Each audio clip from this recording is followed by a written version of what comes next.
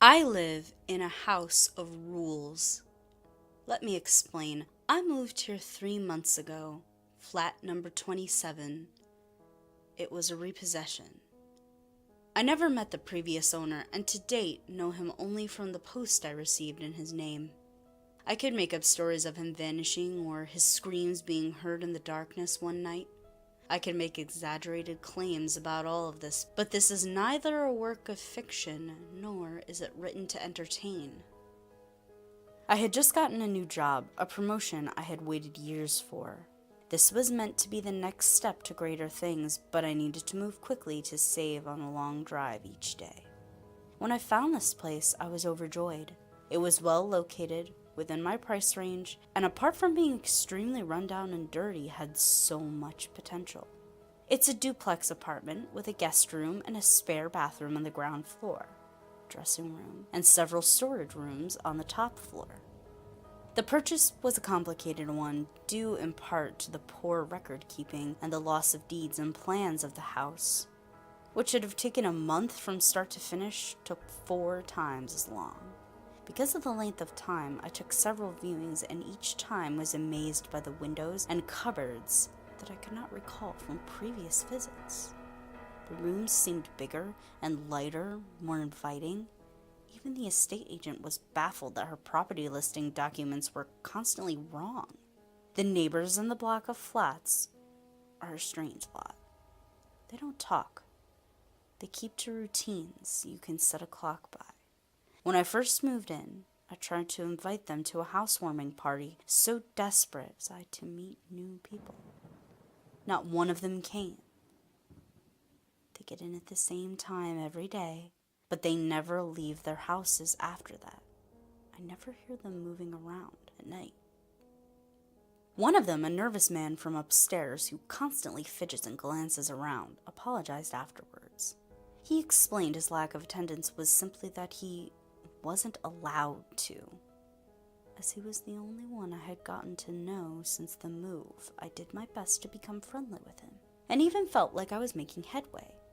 Then I made the mistake of asking about the previous owner, to which he made an awkward and short response before making excuses. I have not seen or heard from him since. The rules, as I came to understand them, became apparent over time. The first, sleeping only in my bedroom. I only slept once in the lounge on purpose, dozing on the sofa, until I woke up to my arm trapped between the sofa and the wall. A wall that was several feet away from the sofa when I closed my eyes a few hours earlier.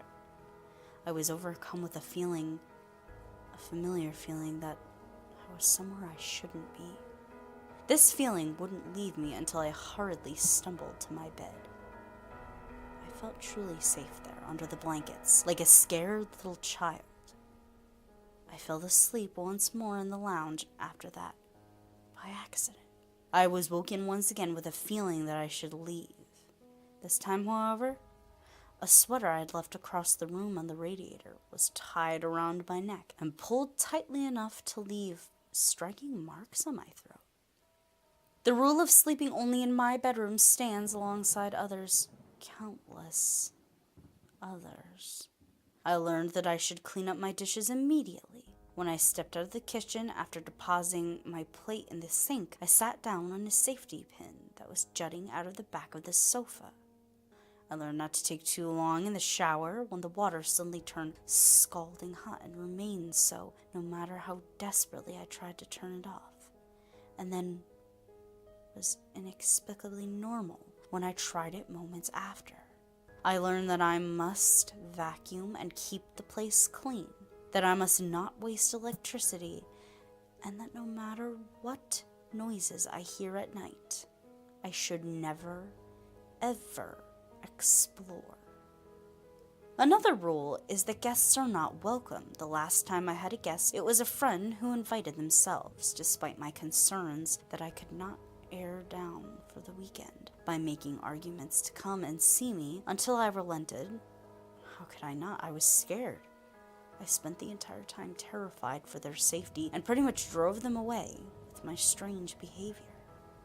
There were no events. Such things made me bold, and I began to relax. I stayed awake until late, played music at night, and did whatever I wanted, even going so far as feeling like I had triumphed over the house. It was almost immediately after they left that I noticed the headache and nausea, which got worse and worse. I only just made it out before I succumbed. I have so many things I could tell you, example after example. I just don't know where to begin. I need you to look past your skepticism now and see that this is real. This is more than coincidence. This is more than just a child's play haunting. I'm not being haunted. It is the house. It is the rules. The rules are only a part of it, and they are the part I play. The rest is being done without me, but being done around me. The walls shift, doors open some days, but won't be open the next. The number of windows in my bedroom increased by 1 over consecutive nights, and then there was only 1 again. There is a cupboard at the top of my stairs that changes in sizes quite regularly. One of the most terrifying experiences of my life was when I saw it opened, and it went back several meters, more than I remembered. When I walked in, somehow the door was shut behind me, and I groped in the dark, silently reaching out for a wall I knew must be there, yet my fingers touched only air. I don't know how long I fumbled in the dark, but it was only as my panic rose that my shaking fingers found the wooden door. Have you ever woke up in a room with a chair sitting at the end of your bed? A chair that came from the dining room? The dining room that is down a flight of stairs and a long hallway? Have you ever walked into a room and seen a storage cupboard that was not there before? Have you ever observed more stairs on a staircase as you go down them than there was when you went up? Have you ever entered a room looking for something, and then when you gave up and left, realized an hour and a half had passed? I have lived all these things, and were I a better, more scientific person, I would have kept a running log of it. I would have found proof I need to show the world that I'm not crazy, that this is a nightmare. 5 hours have passed since I sat down to write this, and when I hoped to prepare some lunch, instead it's getting dark. I now live a life of teen, just like my neighbors. I just turned off the music. No loud noises after dark is one of the rules. It is the one I hate the most because it makes me feel so alone. Lights left on in rooms that are empty or too many in one room are prone to fusing or even shattering without warning, so I currently only have the glare of the screen, the television, and a lamp. Soon I shall be going to bed. The doors that shut behind me as I head up to bed lock.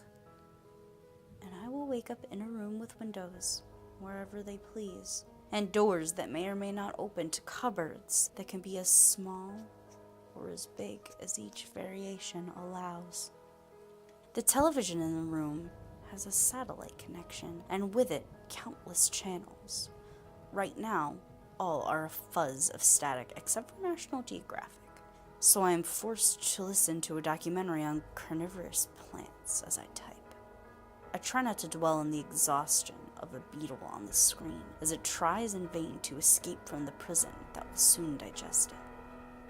The remote does not appear to work. It took my pulling the plug from the socket to turn it off just a moment ago. It's enough to make me mad.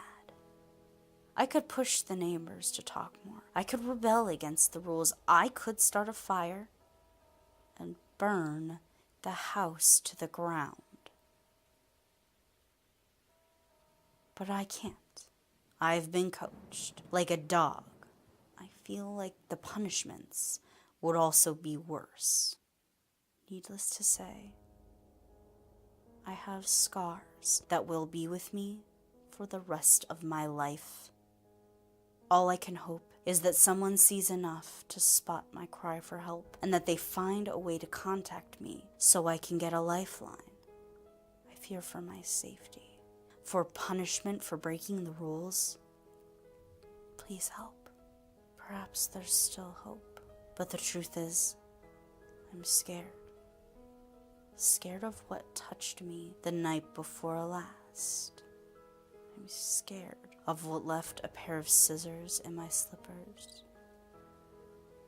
Most of all, I'm scared that by writing this, I may wake up in a tiny room with no doors or windows, a room that will grow smaller every time I blink.